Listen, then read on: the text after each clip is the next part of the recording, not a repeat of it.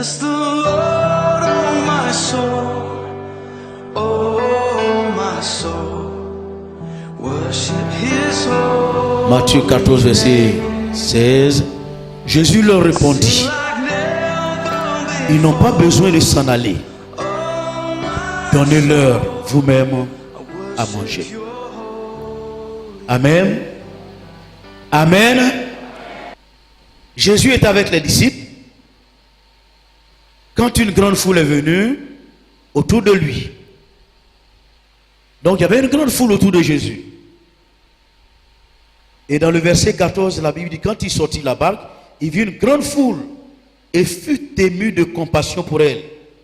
Et il guérit les malades. Le soir étant venu, les disciples s'approchèrent de lui et dirent, ce lieu est désert et l'heure est déjà avancée. Renvoie la foule afin qu'elle aille dans les villages pour acheter des vivres. Jésus leur répondit, ils n'ont pas besoin de s'en aller. Donnez-leur vous-même à manger. Vous allez découvrir que il ne sera pas seulement question de nourriture, de manger. On n'est pas en train de vous dire que ceux qui vont venir, vous devriez leur donner à manger de la nourriture. Mais quand on parle de manger, ça inclut plusieurs choses. Et ce sont ces choses-là que je voudrais partager avec vous ce matin. Donc, le thème de l'année, du trimestre, donnez-leur vous-même à manger. Quand on essaie d'analyser cette phrase, donnez-leur vous-même à manger, pourrait revenir à ceci. Pourvoyez vous-même à leurs besoins. C'est des gens qui étaient venus à Jésus et ils étaient dans le besoin. Il y avait un besoin qui s'était présenté. Là, dans le cas d'espèce, c'était un besoin nutritionnel. Ils avaient faim. Jésus dit, donnez-leur vous-même à manger, ou bien pourvoyez vous-même à leurs besoins. Ils n'ont pas besoin de s'en aller. Parce que c'est ce que les disciples disaient. Il faut renvoyer la foule.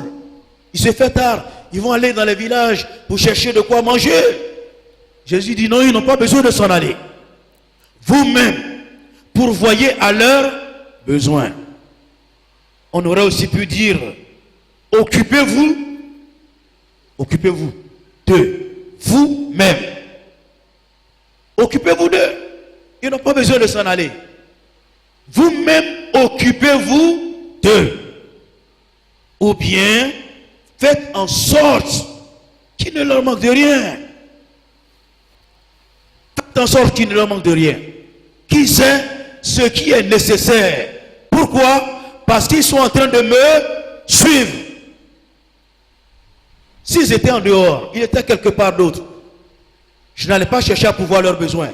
Mais dès l'instant où ils sont en train de me suivre et il y a un besoin qui se présente, c'est à moi, Jésus, de leur donner à manger. Alléluia.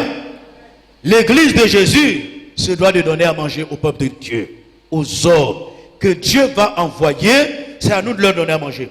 Laissez-moi vous faire un peu de théologie biblique avant de venir à l'essentiel. On a fait l'anthropologie. Ceux qui connaissent l'anthropologie biblique, il y a ce qu'on appelle les monistes, ceux qu'on appelle les dichotomistes ou les trichotomistes, et puis aussi les dichotrichotomistes. Hein? C'est un peu, ça c'est un peu de théologie. Hein? Les monistes disent que l'homme est un. Quand vous voyez l'homme tel qu'il est matière là, c'est comme ça il est. L'homme est matière. Il y a des gens qui prônent cette philosophie. L'homme est un. Il est matière. Tel que vous le voyez, c'est comme ça qu'il est.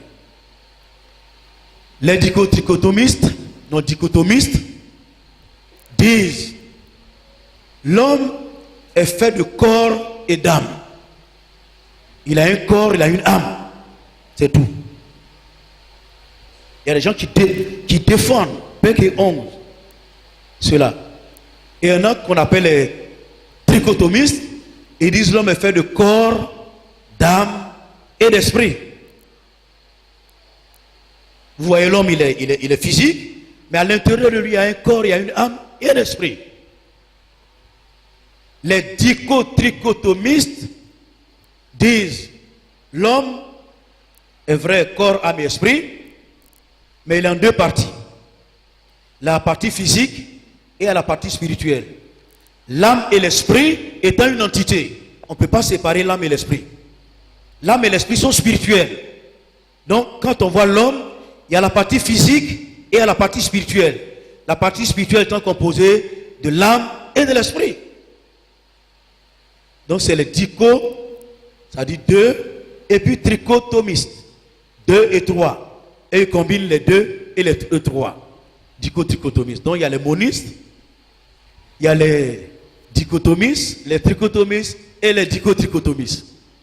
À l'école, on a étudié ça. Et puis on a demandé la position de chacun. Quelle est ta position? Vous êtes quoi? Hein? Vous êtes quoi? Hein? Trichotomiste. Atébi dit qu'il est trichotomiste. Et vous autres? Hein? Hein? Trichotomiste. Ici ils disent sont dichotrichotomistes. Et vous? Hein? En réalité, quand nous avons arrêté notre débat, on s'est arrêté sur le fait que nous étions dichotrichotomistes. Dichotrichotomistes. L'homme est en 3 parties. Mais est-ce qu'on peut faire la différence entre l'âme et l'esprit? Est-ce qu'on peut les séparer? On ne peut pas les séparer. Les 2 parties sont immatérielles, donc spirituelles. On voit l'homme, il a un corps, ça c'est visible. Mais quand le corps n'existe plus, c'est l'âme et l'esprit qui existent. Mais l'âme et l'esprit ne sont pas séparables. On ne voit pas l'âme à gauche et puis l'esprit à droite. Les 2 sont une entité. Donc l'homme est en 2 parties, partie physique et partie spirituelle. Dans la partie spirituelle, il y a l'âme et l'esprit. Donc trichotomiste. Si l'homme est physique, matière et spirituel, cela veut dire qu'on doit prendre l'homme en compte dans sa partie physique et sa partie spirituelle. C'est ce qu'on appelle la théologie ou bien l'évangile holistique, qui prend en compte l'être tout entier. On ne prend pas l'être de façon physique. Dans certaines églises, on attire les gens par la nourriture. On fait des dons, des cadeaux, de l'argent, la nourriture, puis les gens viennent à l'église. On les attire par ces genres de choses. Mais le cœur est éloigné de Dieu. Dans certaines églises aussi, on met l'accent sur le spirituel, sur l'onction, la puissance de Dieu, la présence de Dieu. Les gens sont malheureux, ils sont pauvres, misérables et nus. Quelqu'un a dit, un homme qui a faim n'est pas un homme libre.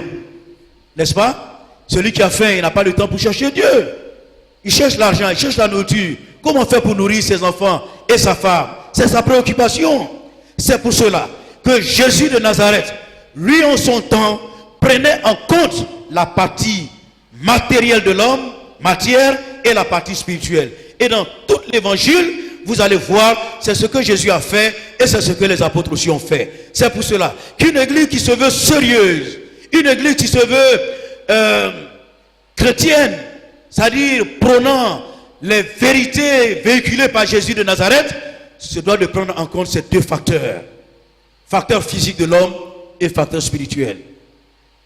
C'est cela que pendant ce trimestre, nous allons nous efforcer de vous enseigner ces choses pour que nous puissions prendre en compte les 2 facteurs.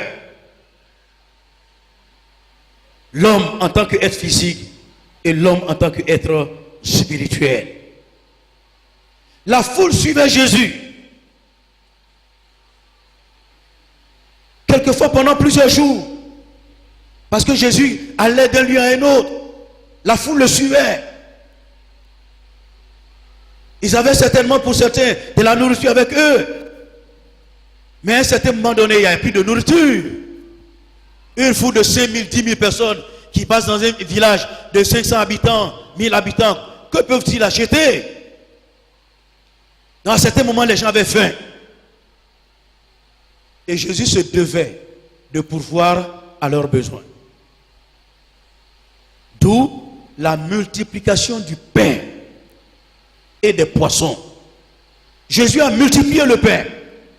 Il a multiplié les poissons pour nourrir la foule qui le suivait. Mais en même temps que Jésus multipliait le pain et les poissons, Jésus prenait en compte les valeurs spirituelles de ces hommes. Par des enseignements, des instructions. Quand vous lisez Matthieu 5, 6, 7, vous avez là le sermon sur la montagne qui nous donne les principes du royaume de Dieu, les valeurs du royaume. Jésus, la Bible dit, Jésus enseignait, il guérissait les malades et chassait les démons. Jésus ne faisait pas qu'enseigner, il chassait les démons et il guérissait les malades. Et en plus, il nourrissait la foule. Alléluia. J'ai donné ce thème parce que Dieu nous a beaucoup parlé pendant l'année 2015 et même récemment, le 31, Dieu nous a dit beaucoup de choses. Nous devons prendre en compte les gens que Dieu nous envoie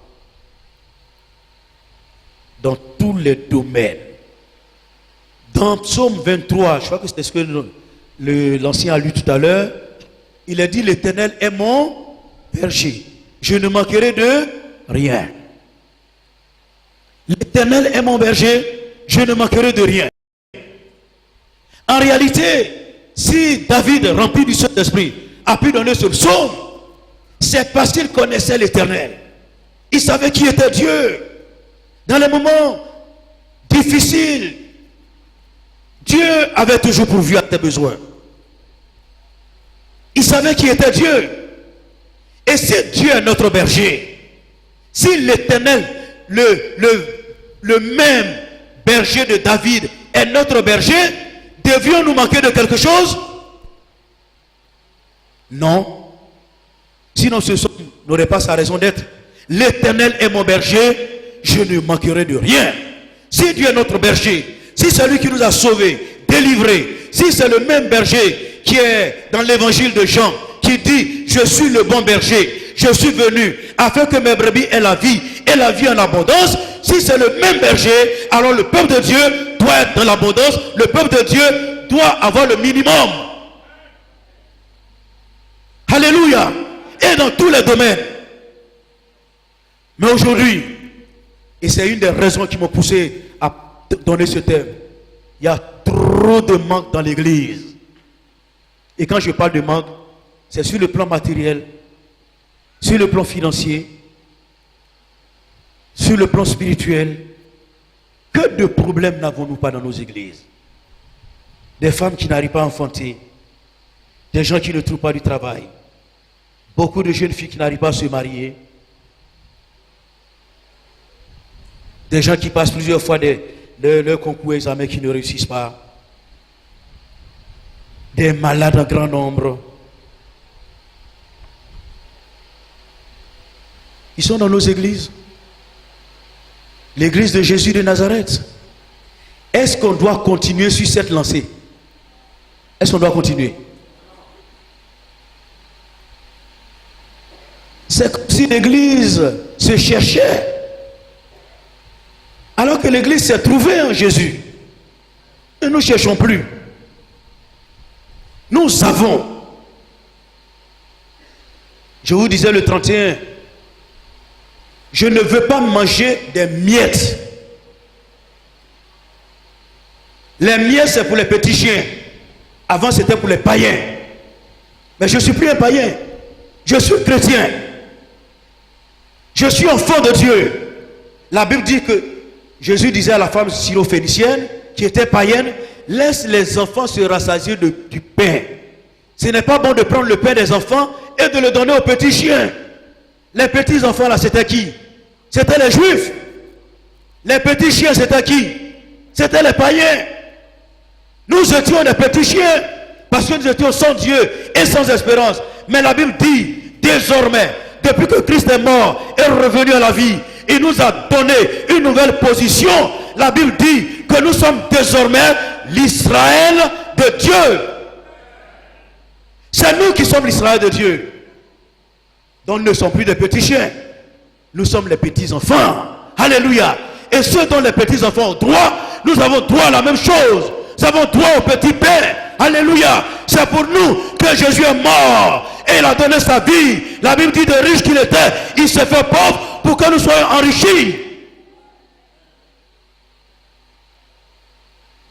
Lui qui ne connaissait rien de la maladie, par ses blessures, ses douleurs, nous sommes guéris. Je suis sûr à la croix du calvaire, Jésus a porté toutes nos maladies. Je suis sûr que Jésus a eu la fièvre à la croix. Parce que quand on vous blesse, quand vous êtes blessé, vous avez la fièvre.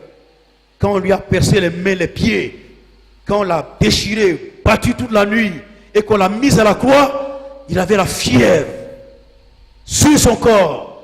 Toutes les douleurs, il ressentait toutes les douleurs dans son corps.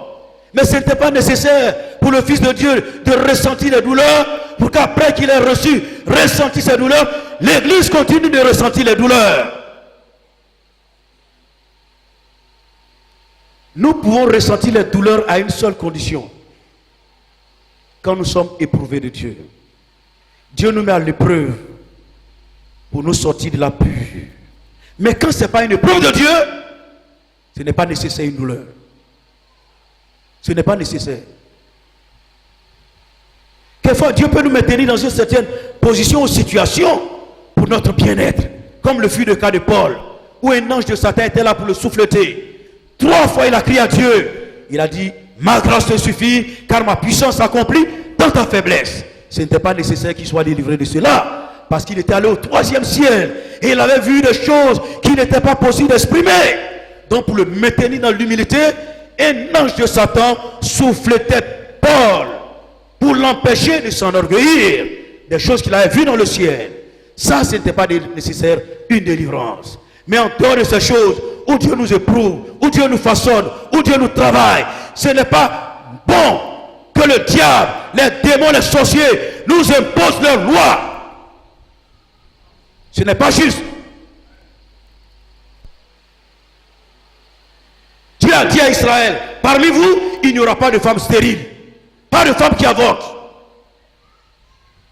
Si nous sommes l'Israël de Dieu, ces paroles s'appliquent à nous. Il faut se les approprier. Alléluia. Jésus est venu pour que ces brebis aient la vie et la vie en abondance. Jésus n'est pas venu pour donner des miettes aux chrétiens. Non. Sinon l'église n'aurait pas sa raison d'être. Nous sommes l'église de Jésus. Jésus est venu pour nous donner le maximum, non pas le minimum. Il n'est pas venu pour nous donner des miettes. La Bible dit parce qu'il est mort à la croix du calvaire et qu'il est ressuscité. Il nous a transportés dans le ciel et nous a fait asseoir avec lui à la droite de Dieu. Nous sommes assis à la droite de Dieu, au-dessus des dominations, des autorités, des principautés, des puissances ténébreuses, de toutes les forces maléfiques, parce que Jésus les a vécus. Ils sont tous sous les pieds de Jésus. Et aujourd'hui, nous sommes là, en train de pleurnicher, en train de souffrir. Quand vous allez dans une église, vous prêchez l'évangile avec autorité, vous demandez aux malades de se lever. Presque les 3/4 de l'église se lèvent parce que malades. Ça, ce n'est pas juste. C'est comme si la Bible n'était pas la vérité. C'est comme si la Bible n'était pas vraie. À Bongwanou, il fut un temps, il y avait un homme de Dieu qui était passé là-bas. Il a demandé aux malades de se lever. Il n'y avait presque pas de malades à l'église. Presque pas de malades. Un grand évangéliste, l'homme de Dieu, à l'épion Jacques. Il n'y avait presque pas de malades. Jésus est venu pour nous racheter de la malédiction. Il est venu pour nous repositionner. Il est venu pour nous donner l'espoir. Jésus est l'espoir du monde. Il est l'espoir des nations. On ne peut pas être avec Jésus et continuer d'avoir des souffrances inutiles et d'être en manque. Jésus dit, donnez-leur vous-même à manger. Jésus n'a pas dit, je vais leur donner à manger. Il dit, vous-même. Ça veut dire quoi? Que la responsabilité repose sur l'église. Le monde a faim, le monde a soif. Le monde vient dans l'église et le monde continue d'avoir faim et d'avoir soif. Ce n'est pas juste. L'église se doit de donner à manger au monde qui est en train de périr. Donnez-leur vous-même à manger. Parce que vous avez les moyens. Alléluia. Alléluia. Alléluia. Alléluia. Nous avons les moyens en Jésus de Nazareth.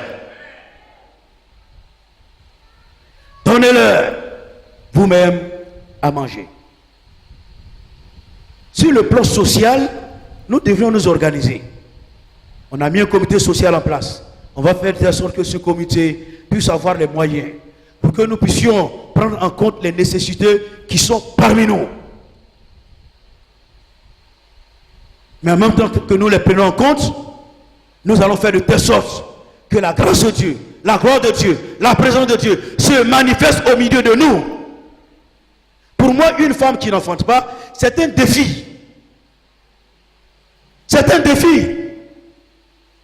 Un malade pour qui je prie, qui continue d'être malade, c'est un défi.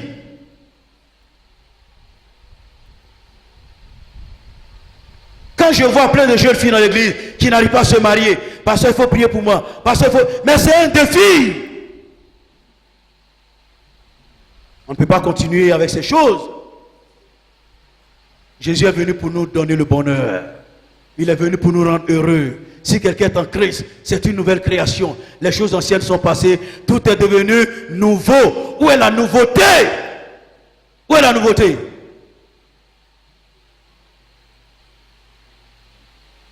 Où est la nouveauté?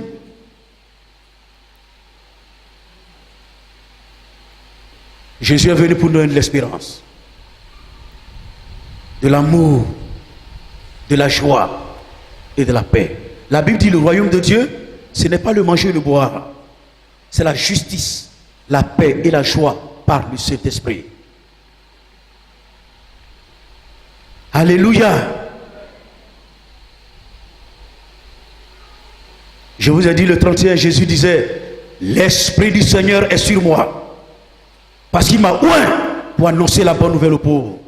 Ça, c'était son programme d'action, son plan d'activité. C'est pourquoi Dieu l'a envoyé sur la terre. L'Esprit du Seigneur est sur moi. Parce qu'il m'a oint pour annoncer la bonne nouvelle aux pauvres. Il m'a envoyé pour guérir ceux qui ont le cœur brisé. Pour proclamer une année de délivrance aux captifs. Et en son temps, Jésus l'a fait. Mais est-ce que Jésus l'a fait pour s'arrêter là? Qu'est-ce que l'Église? L'Église, c'est un rassemblement d'hommes et de femmes sauvés par Jésus, rachetés de la malédiction, de la destruction. Mais aujourd'hui, dans nos rangs, il y a tellement de problèmes, tellement de souffrances, tellement de difficultés, tellement de douleurs, que je dis, il faut que ces choses s'arrêtent. Nous voulons une Église performante, une Église glorieuse, forte, une Église qui s'appuie sur Jésus et qui avance. Pas une Église qui a la traîne.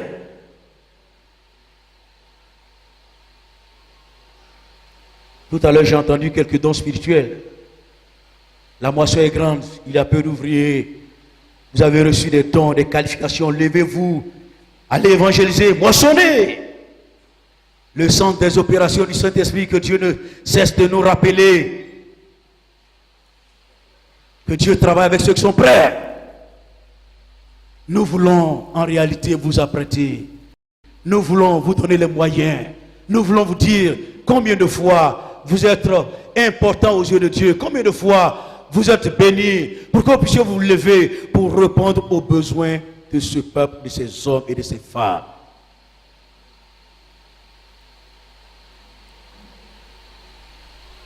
Alléluia. Alléluia. Alléluia. Nous ne pouvons pas continuer ainsi. Si on continue ainsi, l'Église va mourir. Et nous ne voulons pas une Église morte. Nous voulons une Église vivante. Une Église où les chrétiens sont conscients que l'Esprit de Dieu est sur eux. Qu'on Combien de personnes ici parmi nous ce matin sont conscientes que l'Esprit de Dieu est sur elles? Qui est conscient ce matin-là que l'Esprit de Dieu est sur lui? Je vois les mains. Celui qui est conscient que l'Esprit de Dieu est sur lui. Attention, je suis en train de dire la vérité. Je dis, qui est conscient? Dans son esprit, il sait pertinemment que l'Esprit de Dieu est sur lui. Il n'a pas emprunté l'Esprit de Dieu. Il a été scellé par l'Esprit de Dieu. Il est reconnu comme enfant de Dieu. Le sceau de Dieu est sur lui. Qui en est conscient? Alléluia. La Bible dit, si quelqu'un n'a pas l'Esprit de Christ, il ne lui appartient pas non plus. Si tu n'es pas conscient de la présence de l'Esprit de Dieu en toi, tu n'appartiens pas à Jésus. Or, si tu appartiens à Jésus, l'Esprit de Dieu qui a ressuscité Jésus d'entre les morts et qui habite en toi, rendra la vie à ton corps mortel. Quand tu iras de la tombe, l'Esprit de Dieu te rendra la vie. À combien plus forte raison, maintenant que tu es vivant, l'Esprit de Dieu est capable de rendre la vie à ton corps. Alléluia. L'Esprit de Dieu peut libérer ton corps et vivifier ton être, ton corps, ton âme et ton esprit et produire en toi une qualité de vie supérieure à la vie normale. C'est là que Dieu veut nous amener. Une qualité de vie supérieure. Alléluia. Dieu ne nous a pas appelés à la misère. Jésus n'a pas appelé après lui des gens qui ne savent pas ce qu'ils font. Il a appelé après lui des gens consciencieux, responsables. Depuis que le Saint-Esprit est descendu, les choses ont changé. Le chrétien que je suis, que tu es, doit être conscient de sa responsabilité vis-à-vis de ce monde. Jésus aurait dit, laissez rester tranquille. Moi-même, je vais leur donner à manger. Mais il dit, donnez-leur vous-même à manger. C'est-à-dire que vous avez la possibilité. Et quand Jésus a pris le pain, Jésus a pris combien de paniers? Il a soulevé combien de paniers? Combien de paniers? Hein? Il a pris combien de paniers? Il y avait combien de pains dedans? 5 pains, 3 petits poissons, n'est-ce pas? On ne pouvait pas mettre ça dans plusieurs paniers. C'est un seul panier, il a soulevé, puis il a rendu grâce. Et puis avec d'autres paniers à côté. Quand il a rendu grâce, ce qui était dans les 5 pains et les poissons là, ça a été multiplié. Donc il prend, il met dans un panier, et puis il donne à Pierre. Il prend, il met dans un autre panier, il donne à Jean, il donne à Jacques, il donne à Matthieu, il donne à Judas, au fur et à mesure, il donnait aux apôtres, et les apôtres distribuaient les petits pains qui étaient dans le panier. Quand ils donnaient, les pains et les poissons se multipliaient dans le panier. C'est le miracle qu'Élie ou Élisée avait produit avec la veuve Élie. Quand elle a fait le gâteau, l'huile et la farine n'ont jamais manqué dans le pot. Au fur et à mesure qu'il distribuait, ça se multipliait. Jésus produit le miracle et le miracle continue dans les mains de ses disciples. Nous ne sommes pas artisans de guérison, de miracles et de délivrance. Ce n'est pas nous les faiseurs de miracles. Le faiseur de miracles, c'est Jésus de Nazareth. Mais il nous a donné l'opportunité, la possibilité, après lui, à sa suite, de continuer de faire des miracles. Et si tu n'as pas compris ça, tu ne peux pas aller loin. On va toujours crier aux autres pour venir à notre secours, alors que nous avons la possibilité. La possibilité. Quand je suis un peu jeune encore de la foi, je crie au Seigneur, Seigneur, donne-moi l'onction, Seigneur, donne-moi l'onction, je veux l'onction. Seigneur, tous les jours, je criais l'onction, l'onction. Il dit, mais un jour, je priais, l'Esprit de Dieu m'a dit, mais tu as l'onction. J'ai dit, mais où ça est? Où est l'onction? Comme si c'était un bâton qu'on devait me remettre, ou bien quelque chose de physique, pour que je puisse prendre pour aller taper les gens et puis voir des miracles. Il dit, tu as l'onction. Je dis, où est l'onction? Il dit, tu as mon esprit. Mon esprit est en toi, tu as l'onction. Ça, c'est une première chose que Dieu m'avait enseignée. Souvent, Dieu me donne des leçons comme ça, des enseignements. Très précis. J'ai dit, bon, j'ai l'esprit de Dieu, donc j'ai l'onction. Il m'a dit, reste tranquille. Tu vas voir. Je suis resté comme ça, tranquille. Un moment, l'esprit de Dieu m'a secoué. Il m'a secoué. J'ai dit, alléluia. J'ai l'onction de Dieu. Amen. Est-ce que tu sais que tu as l'onction de Dieu? Tu sais que tu as l'esprit de Dieu en toi? Et que l'esprit de Dieu qui est en toi, c'est cet esprit-là qui a ressuscité Jésus d'entre les morts. C'est lui qui l'a fait sortir du tombeau, qui lui a donné la vie. Est-ce que tu sais que c'est l'esprit de Dieu qui a maintenu Jésus à la croix? Et que le même esprit habite en toi. Jésus dit, si ce n'est pas l'esprit de Dieu que j'opère, que je chasse les démons, sachez que le royaume de Dieu est venu vers vous. Ce n'est pas l'esprit de Dieu que je chasse les démons. Mes frères, nous devons pouvoir besoin de ce monde, mais pas par notre propre force, car ce n'est ni par la force, ni par la puissance, mais par le Saint-Esprit. Si nous comptons sur l'Esprit de Dieu, la puissance de Dieu, nous aurons suffisamment pour pouvoir, aux besoins de ce monde, sur le plan matériel, financier, spirituel, dans tous les domaines, Dieu nous bénira. Quand vous bénissez les autres, Dieu vous bénit aussi. La dernière fois, je suis à l'Institut de Toumoudi, j'ai donné le cours aux étudiants, je leur ai dit, ne courez pas après l'argent. Faites l'œuvre de Dieu et de façon sérieuse. Si vous faites l'œuvre de Dieu, l'argent va courir après vous.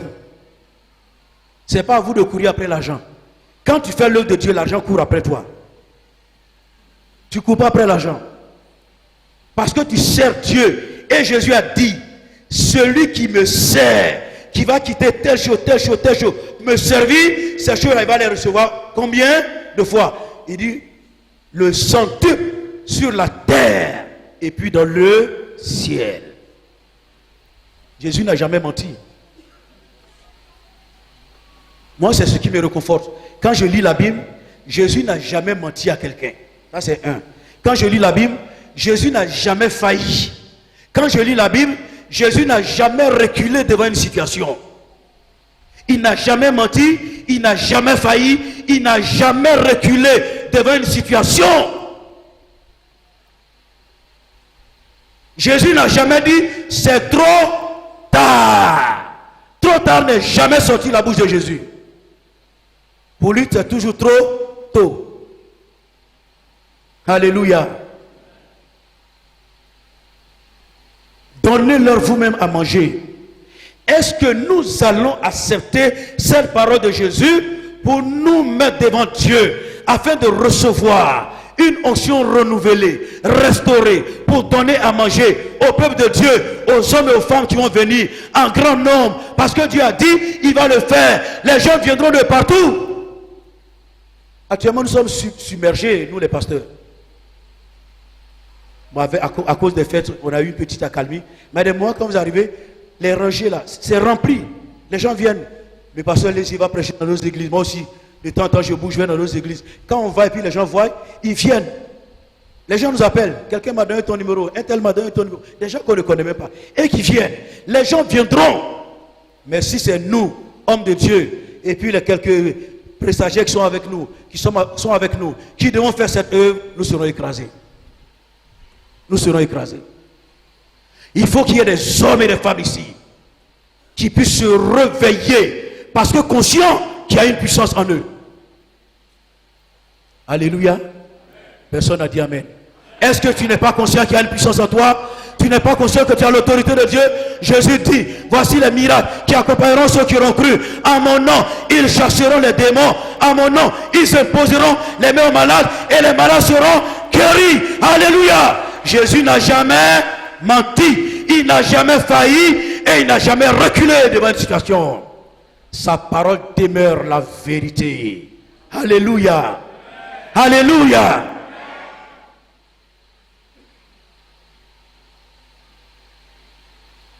Tu ne seras conscient de posséder cette puissance que lorsque tu te mettras en action.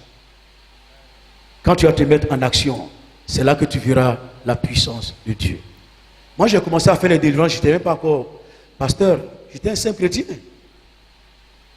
J'étais un simple chrétien.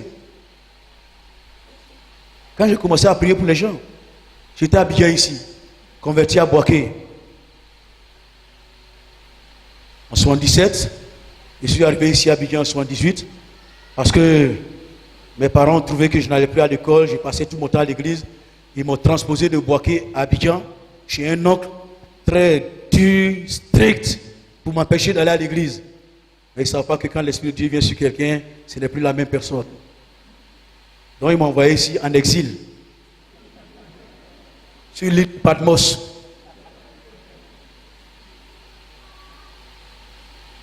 Bon, c'est ici que trouve la base même de l'église, l'Assemblée de Dieu d'Adjamé. À l'époque, c'était à Adjamé. Il n'y a aucune église à Yopougon. On venait à Adjamé. Mais je venais mardi, jeudi, dimanche, j'étais à Adjamé. Et puis j'ai eu le bonheur de découvrir à l'époque l'œuvre mission. Ce n'était pas encore une mission, c'était une église baptiste. Ils venaient de recevoir l'onction de Dieu, l'Esprit de Dieu. Donc ils étaient feu flamme. Ils avaient un cellule lundi, leur réunion mercredi, vendredi. Donc lundi, mardi, mercredi, jeudi, vendredi, dimanche, j'étais à l'église. Ouais, on m'a mis même on m'a plongé maintenant dans l'église. Et quand je reviens, mon oncle qui est en colère, il ferme la porte, je tape, il vient, il ouvre, il crie sur moi. Je vais dormir. Le lendemain, je suis encore parti. Finalement, il était fatigué. Ils ont convoqué conseil de famille. Mais ma maman est venue. Frère, soeur, tout ça là. Il faut renoncer. Il ne renonce pas. Ils ont tout dit. Mais je suis resté ferme sur ma position. Alléluia. Et en étant à la maison, j'ai commencé à recevoir des gens. J'étais un nouveau chrétien. 1 an, 2 ans de conversion. J'ai commencé à prier pour les gens. Il y a une femme qui est venue me chercher. Elle dit, ma soeur est malade. Viens, tu vas aller prier pour elle. J'ai dit, allons-y, on est parti. La fille a fait plusieurs jours sans se lever pour ne pas manger. Elle était couchée là. J'étais un jeune chrétien. J'avais ma foi en Jésus qui a dit, voici les miracles qui accompagneront ceux qui auront cru. Je lisais ma Bible constamment. Tout le livre qui tombait dans mes mains chrétiens. Je passais des nuits sans dormir, rien qu'à lire. Et je priais. Je suis parti avec elle. On est arrivé, la fille était couchée. Je lui ai posé les mains dans ma petite fougue. Je lui ai posé les mains au nom de Jésus. J'ai prié pour elle. Je l'ai attrapée, je l'ai soulevée. Quand on est nouveau converti, on a un zèle très puissant. On ne s'occupe pas du reste pour dire si je le fais lever, est-ce qu'il va se lever, est-ce qu'il ne va pas tomber. Ça, c'est les vieux chrétiens qui raisonnent comme ça.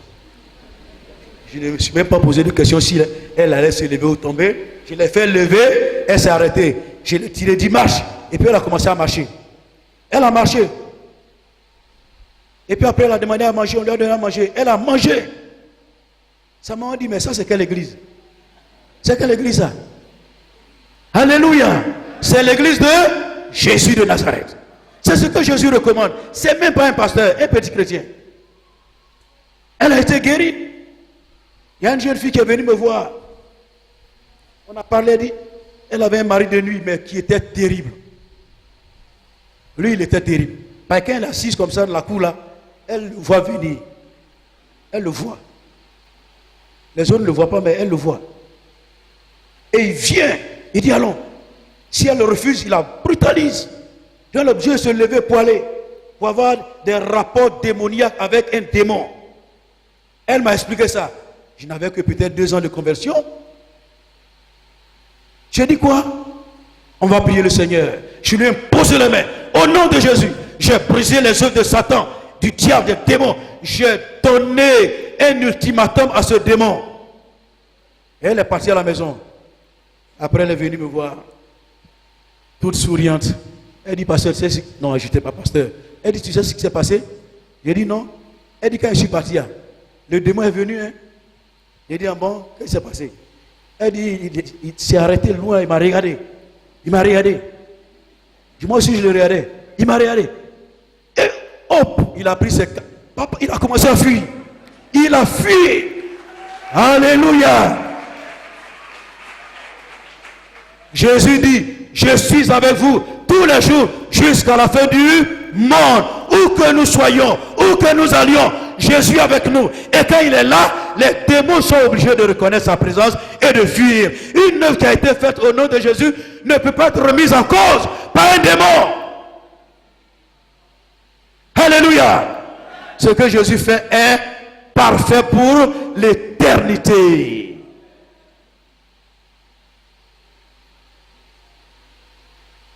Nous devons être prêts à répondre aux besoins des uns et des autres. Vous devez être prêts, peuple de Dieu. Et ça, je le dis, j'insiste là-dessus. Chaque chrétien devrait être capable d'imposer les mains à quelqu'un et de le voir guérir ou de donner l'ordre à un démon et le chasser. Chaque chrétien doit être capable de le faire.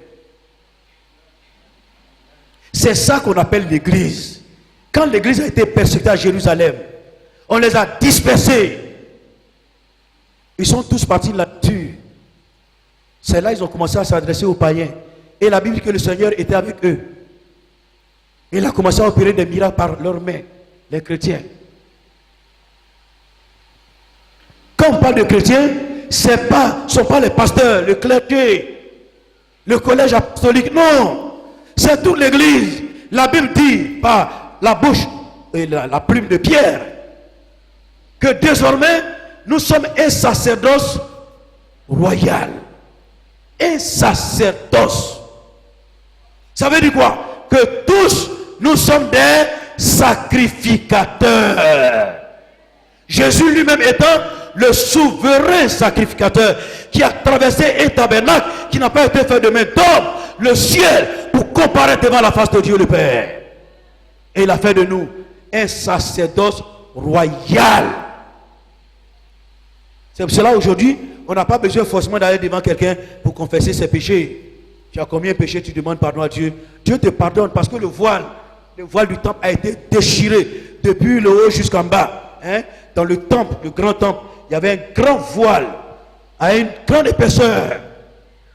C'est le souverain sacrificateur, seul, qui pouvait entrer dans le lieu très saint une fois par an, une seule fois. Et quand il rentre, on attache à son pied une corde avec des grelots. Donc quand il est dedans, tout ce qu'il fait, ça résonne, le grelot résonne. Si le grelot ne résonne plus, ça veut dire qu'il est mort. Et comme personne d'autre ne peut y entrer, on attrape la corde, on tire et puis on le fait sortir. Seul, il pouvait y entrer. Mais quand Jésus est mort, le voile a été déchiré. Pas de bas en haut. Lisez bien les Écritures. Tout ce qui est dit dans les Écritures, c'est par le Saint-Esprit, donc c'est très précis. Ça a été déchiré depuis le haut jusqu'en bas. Si c'est de bas en haut, on va dire que quelqu'un est capable de le faire. Mais c'est du haut en bas. Et le temple est très élevé. Très, très haut. Donc, il y a une ouverture. Les gens qui n'étaient pas capables de voir dans le lieu très saint pouvaient désormais voir dans le lieu très saint. Aujourd'hui, à cause de l'œuvre de Jésus, nous avons la possibilité de voir dans le lieu très saint. La Bible dit qu'il y a une route nouvelle qui nous a été ouverte pour que nous puissions comparaître par le Saint-Esprit devant Dieu. Alléluia. À cause de l'œuvre de Jésus de Nazareth. Tu peux aller devant Dieu dans sa présence. Tu peux lui parler tête à tête. C'est cela qui nous a donné le parler en langue. Le parler en d'autres langues te permet de parler de façon mystérieuse avec Dieu. De parler tête à tête. De lui dire des mystères. Et si tu es rempli de l'esprit, quelquefois quand tu parles en langue, au fur et à mesure que tu parles, ce que tu lui dis, ça te revient. Il y a des réponses qui te reviennent. Quand tu parles, il te donne des réponses. Son onction vient sur toi. Sa présence vient sur toi. Sa puissance vient sur toi. Dieu te parle. Tu peux avoir un entretien avec Dieu. Avant, il était impossible à quelqu'un en dehors du temple de s'adresser à Dieu, de lui parler. En dehors des prophètes, des rois et des sacrificateurs. Mais aujourd'hui, c'est possible. Le peuple de Dieu, prophète, peut entrer dans la présence de Dieu et peut parler directement à Dieu.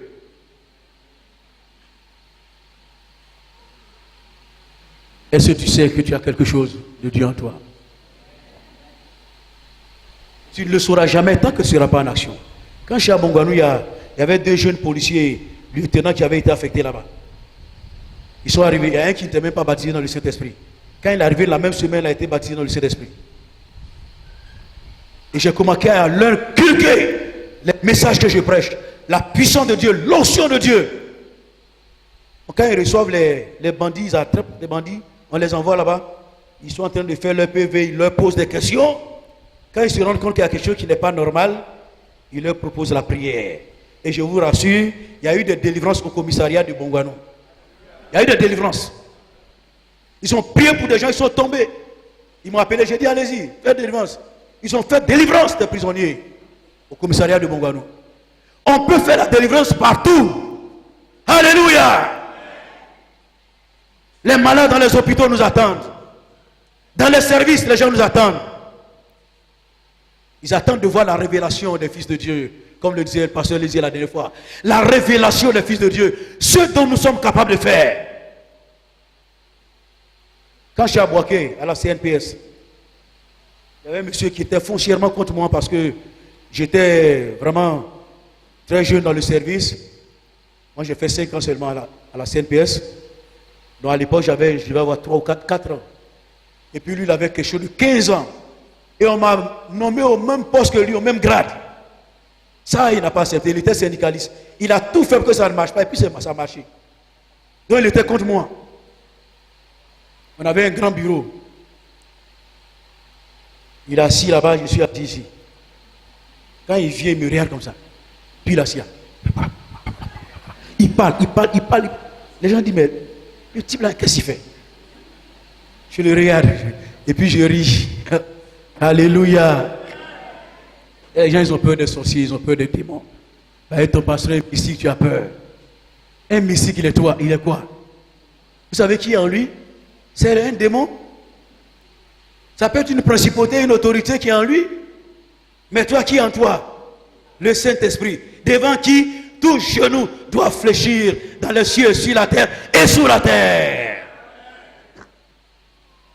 Après, on m'a détaché, j'étais dans un autre bureau. J'avais, c'est pas maintenant, j'ai commencé à m'habiller comme ça. Donc j'avais une tenue, un genre de blazer avec des galons comme ça. Des galons. C'est fixé avec des boutons. Un jour, je viens au travail. On a enlevé mes boutons.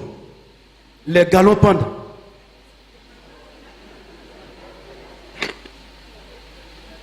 Il est venu enlever mes dégradés. Il me dégrade.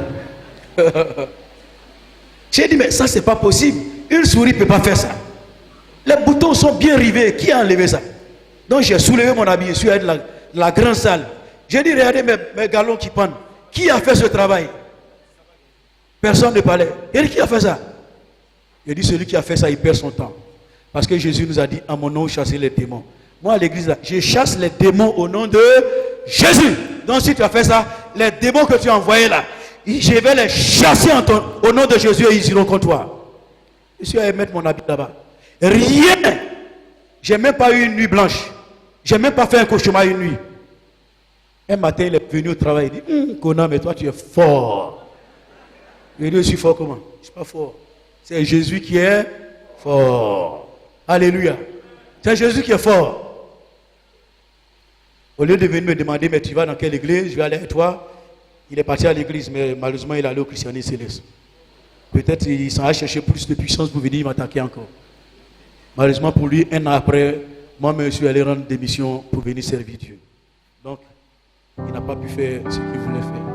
Vous avez l'autorité. Vous n'avez pas besoin d'avoir peur. Vous avez compris? Est-ce que vous avez compris? Bless the Lord, oh my soul. Oh my soul. Le Saint-Esprit est présent. Sa présence est là. Sa gloire remplit ces salles maintenant. Sa gloire remplit cette salle. Sa grâce est là. Sa présence, son onction de guérison, de délivrance, sa puissance de délivrance, sa présence est là pour délivrer, pour guérir les malades, pour chasser les démons, toutes les maladies chroniques qui sont dans ton corps, que tu as traîné jusque-là. Toutes ces maladies doivent partir aujourd'hui même. Toutes ces douleurs doivent partir aujourd'hui même. Oui, la maladie qui a bloqué ton ventre et qui t'empêche d'enfanter va partir aujourd'hui même. Alléluia. La puissance de Dieu est à l'œuvre. Alléluia. Oh, le Saint-Esprit est là.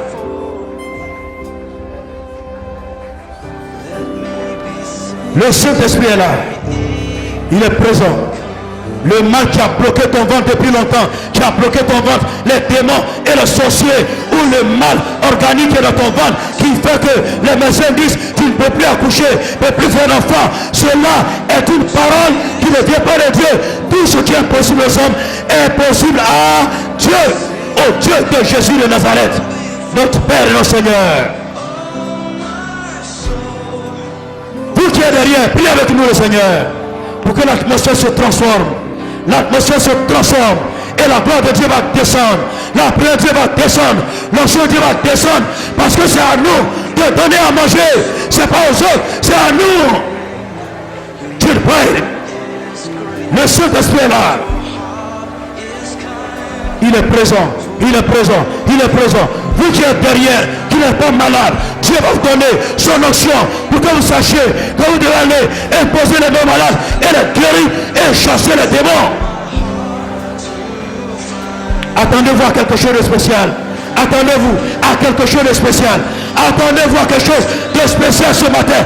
Attends-toi.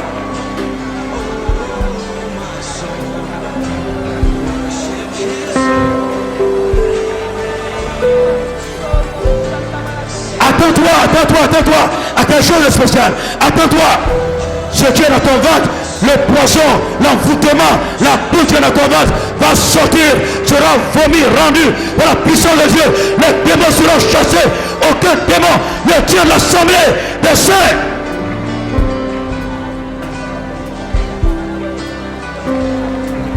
Oh Esprit de Dieu, Esprit de Dieu, Esprit de Dieu, Esprit de Dieu, Esprit de Dieu, Esprit de Dieu, Esprit de Dieu, Esprit de Dieu, Esprit de Dieu, puissance de Dieu, feu de Dieu, onction et autorité de Dieu, présence de Dieu, présence de guérison, onction de guérison. Seigneur, il y a suffisamment d'onction de guérison dans ces salles. Plusieurs de ces enfants sont remplis de l'onction de guérison pour que les malades guérissent, que les démons soient chassés. Il y a l'onction de guérison ici. Il y a suffisamment d'onction, de puissance et de pouvoir. La gloire de Dieu à l'œuvre, la gloire de Dieu, la gloire de Dieu à l'œuvre, la puissance de Dieu, la puissance de Dieu, la puissance de Dieu, la puissance de Dieu. Donnez-leur vous-même à manger, donnez-leur vous-même à manger, donnez-leur vous-même à manger, donnez-leur vous-même à manger.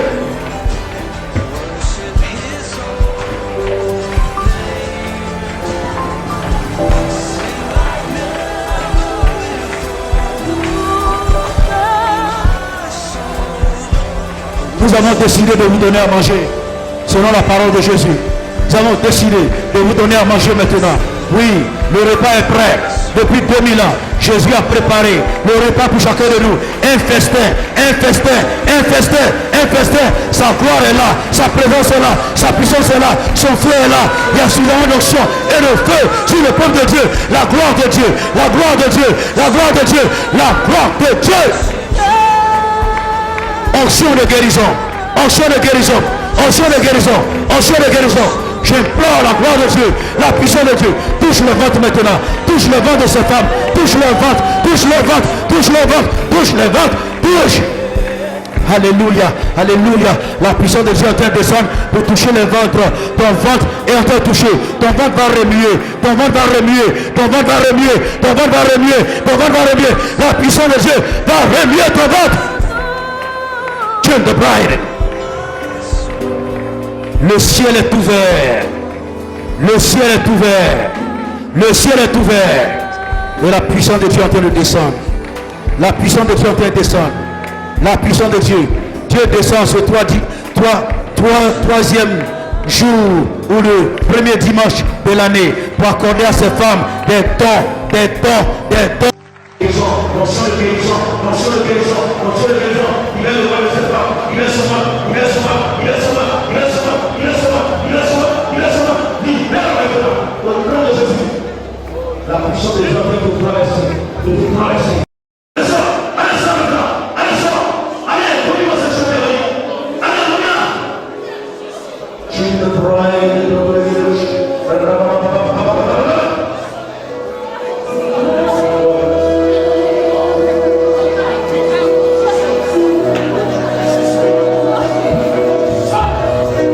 Sois délivrance, t'adore. Au nom de Jésus. Esprit de blocage. Toi qui t'empêches, toi qui t'empêches de mentir. Je te donne l'ordre. Et soigne. Soigne. Allez, ça. Allez, ça maintenant. Allez, allez, allez, maintenant. Allez, maintenant. Au nom de Jésus. Je reconnais à l'esprit malin. Laisse-moi aller. Allez, va. Allez, va. Allez, va. Allez, va. Au nom de Jésus. Au nom de Jésus. Je vous maudis les sœurs. Vous avez prouvé son ventre. Vous avez barricadé son ventre. Vous avez barricadé son ventre. Je proclame la puissance de Dieu. Par le Saint-Esprit, que son ventre soit dégagé. Son ventre soit dégagé. Les sorciers, lâchez, libère, libère, libère, libère, libère ça. Allez, libère. Allez, libère-moi. La puissance de Dieu, la puissance de sang, la puissance de sang, la puissance de sang, la puissance de sang, la puissance de sang.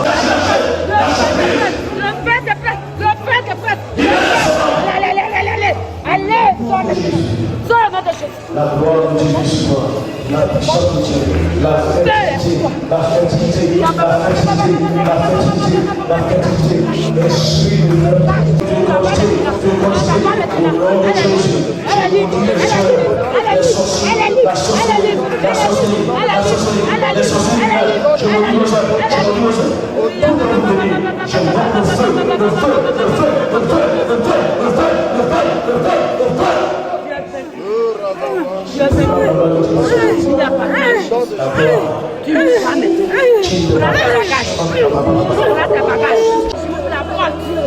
la droite ouverte, il t'en va, tu ne reviens plus. Seul, tu ne reviens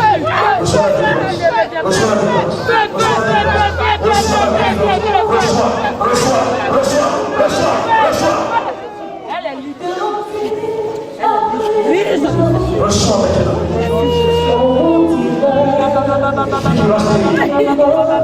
Je suis dit,